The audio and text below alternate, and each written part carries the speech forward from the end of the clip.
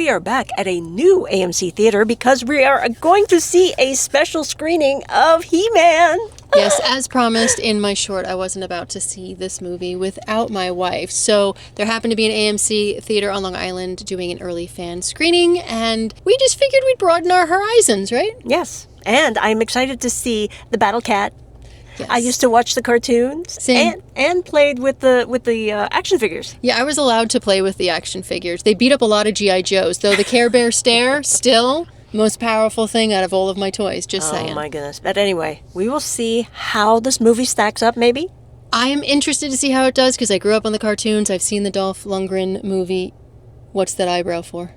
I've never seen that. Okay, we need to get her to see that movie. Oh, goodness. So I'm very interested in how they're going to be doing it, especially with updated technology and everything for CGI. That also makes me nervous, because when a film really leans into too much CGI, we've seen how sometimes it can falter. So yeah. I'm cautiously optimistic. Yes, so we will see what we see, and then see you on the other side.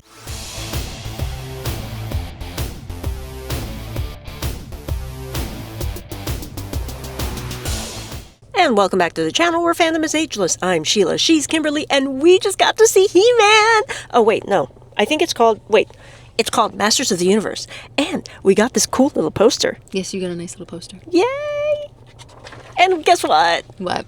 I got to see the Battle Cat. You did, So cool. I didn't know that his name was Cringe. Cringer. Cringer. Oh, it's not Cringe. It's not Cringe, it's Cringer. What kind of Masters of the Universe fan are you? I watched it when I was young. Give me a break. I thought you were always young at heart.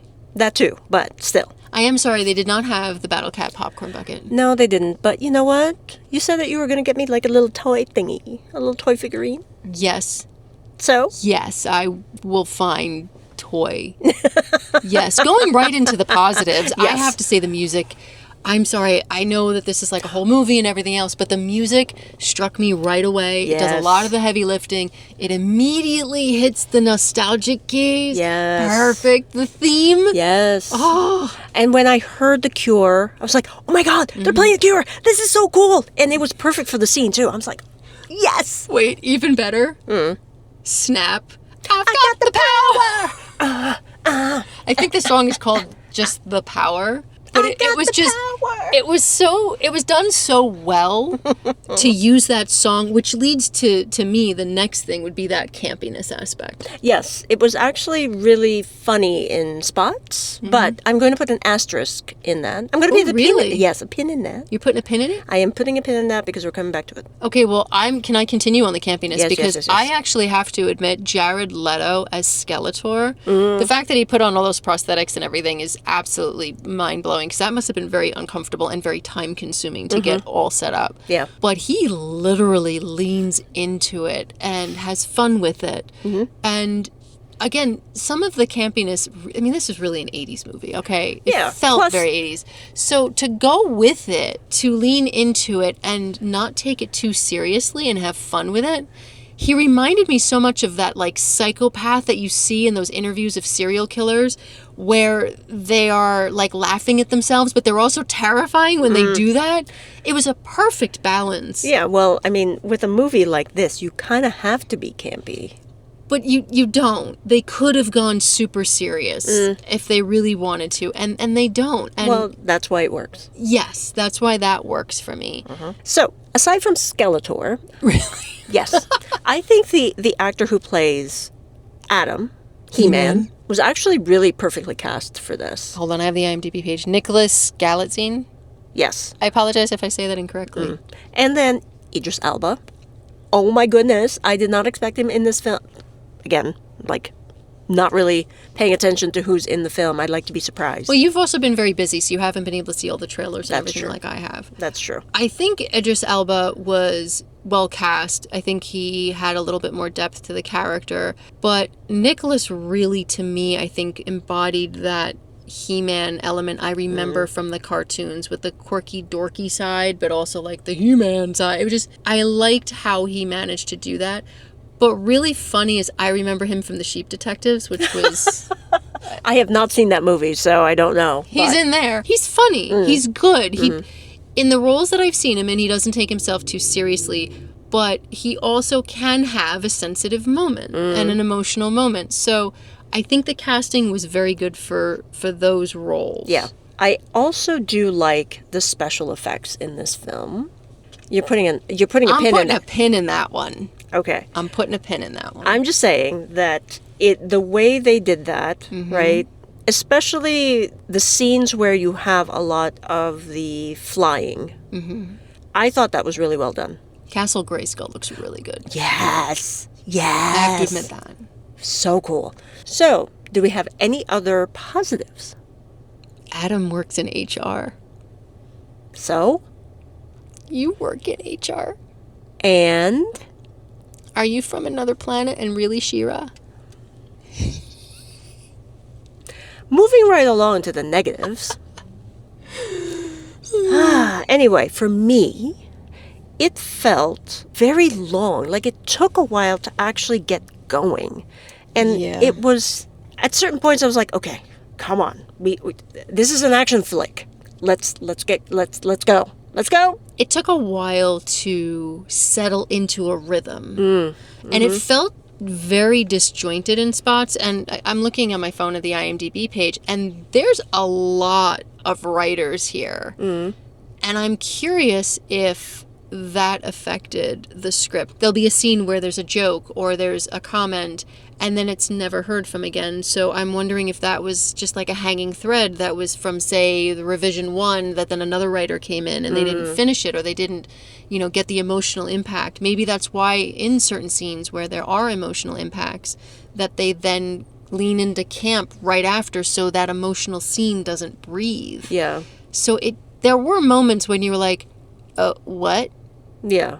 So I guess that's probably why, I put a pin in the campiness earlier, because, there were certain scenes where the campiness worked. And then all of a sudden there was a tone shift. And then it went back to the campiness in another tone shift. I'm like, am I watching a tennis match? What's going on here? It was just, it felt a little off. All right, so another negative for me is that there are certain scenes that were fun, and then it reminded me of other movies. I couldn't tell if it was an homage or just straight up imitation, and it kind of took me out of the movie a little bit. I'm just like, wait, what is going on here? Am I watching this movie, or am I watching that movie? What? Well, considering that those scenes were CGI. Oh, we're going back to that. We're just going to pull my pin out there. Okay. Some of the CGI was really good. Skeletor, I thought, looked amazing. Those sequences that you're referring to, they looked really good. And then there were 2 specific scenes that I have in mind that I am not going to spoil and discuss, but one of them is the one you were looking forward to the entire movie, and then it happened and you were like, yay! It just didn't work for me. Those sequences were rough. Yeah. And you'll know them when you see them. I mean, does it take you out of it? I don't know, but it just made me go, oh, yay, there's CGI. You know it's there. You know the whole film pretty much is CGI, but still, these are glaring. Yeah, I don't know what else to say about that, because the glaring ones are really... They're really glaring. Really glaring. You know how sometimes they'll be subtle and you'll be like, oh, yeah, there it is? But these are glaring. Yeah. Any other negatives that we should talk about? Sort of. Okay. Considering our niche, I really think it's important in this moment to discuss the fact that, and I'm bringing up my phone again for IMDb, Camila Mendes and Alison Brie, they play Tila and Evil-Lyn respectively. They are written as powerful characters, and they look powerful. There are scenes where they stand and hold their own, but there are other scenes where they feel like they're wallpaper.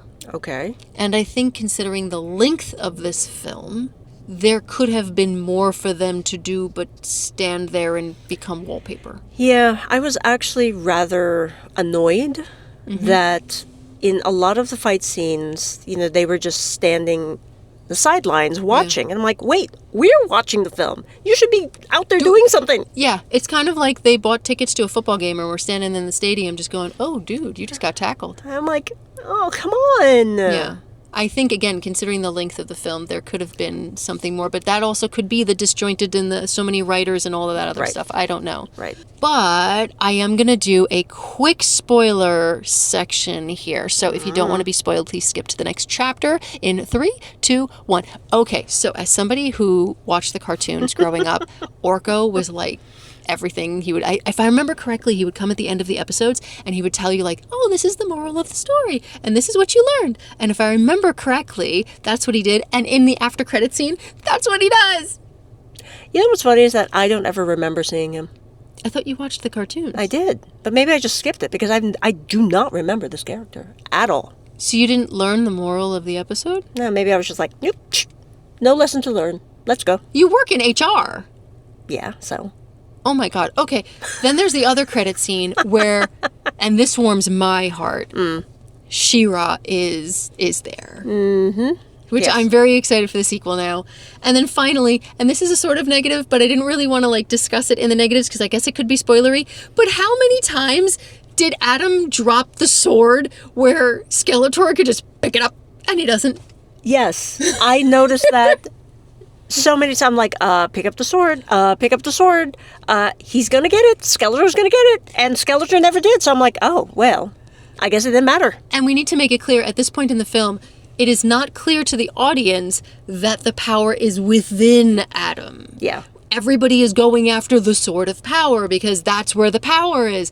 He just drops it all the time. Yes. It's like, So I'm like, Skeletor in like the first 20 minutes could have just been like, okay, we're good. Mm-hmm.